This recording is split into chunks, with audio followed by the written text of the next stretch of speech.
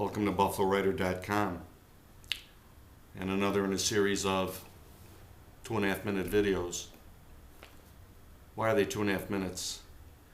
I've explained this before, but I'll do it again because my cousin Dennis tells me that 2.5 minutes is the maximum attention span of somebody looking at a website or a page on the site. So that's the 2.5 minute story.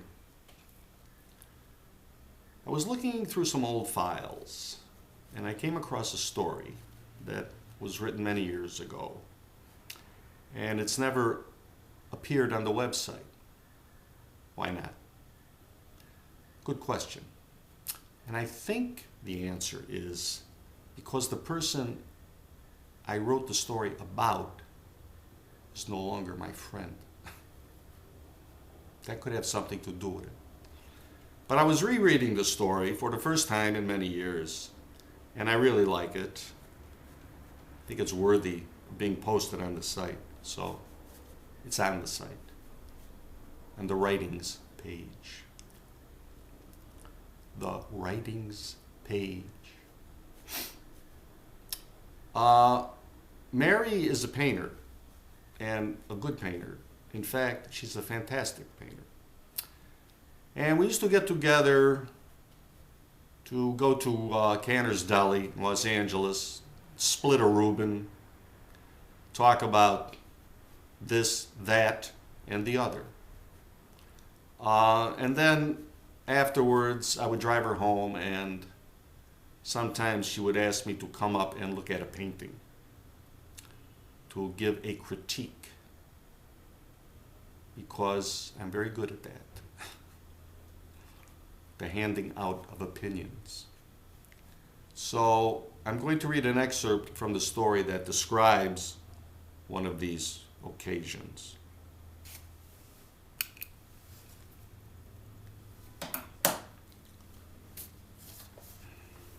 Mary has a nice studio. Very cool. It's a courtyard type situation with a driveway down the middle, parking in back. You enter via a small room, a study. There are books, paintings, memorabilia, souvenirs, and artifacts gathered during her travels. The room has a thoughtful quality to it that is satisfying. It's philosophic. She likes philosophy.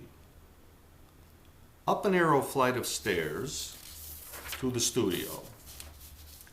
A long room that bridges the driveway below with windows on both sides and some gorgeous light pouring in.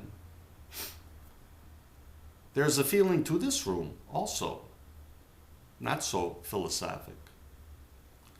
The paintings reflect a style, German expressionism, twisted, perverse, hammered with angst. She's had many galleries and many shows, but it's a hard sell. From time to time, she'll shift gears, do a still life or some small landscapes in a more inviting vein. Last year, she banged out 30 paintings in 30 days. Small landscapes, 12 by 12 inches. Beautiful, and they sold like hotcakes. Then she burned out on the landscapes, returned to her preferred style, Berlin in the 20s. And that's what I'm looking at now, a masterpiece of psychosis. It's a large canvas, 60 by 72 inches, two people fucking.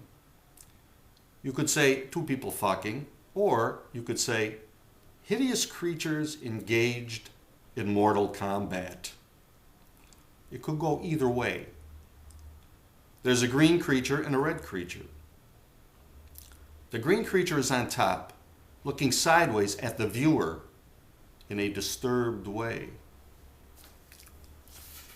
They fornicate in this creepy landscape. A poisonous yellow sky above with a tree below bearing some sort of nuclear fruit. And here is a low wall of stone she's managed to paint in an evil way. The colors are wild, amazing. She has a way of cooking up these complements: red, green, blue, orange, purple, yellow, to startling effect. It's an attitude. Picasso was the same. Picasso said, "I put into my paintings the colors I like, and I leave it for the colors to get along with each other." We stand there studying the painting.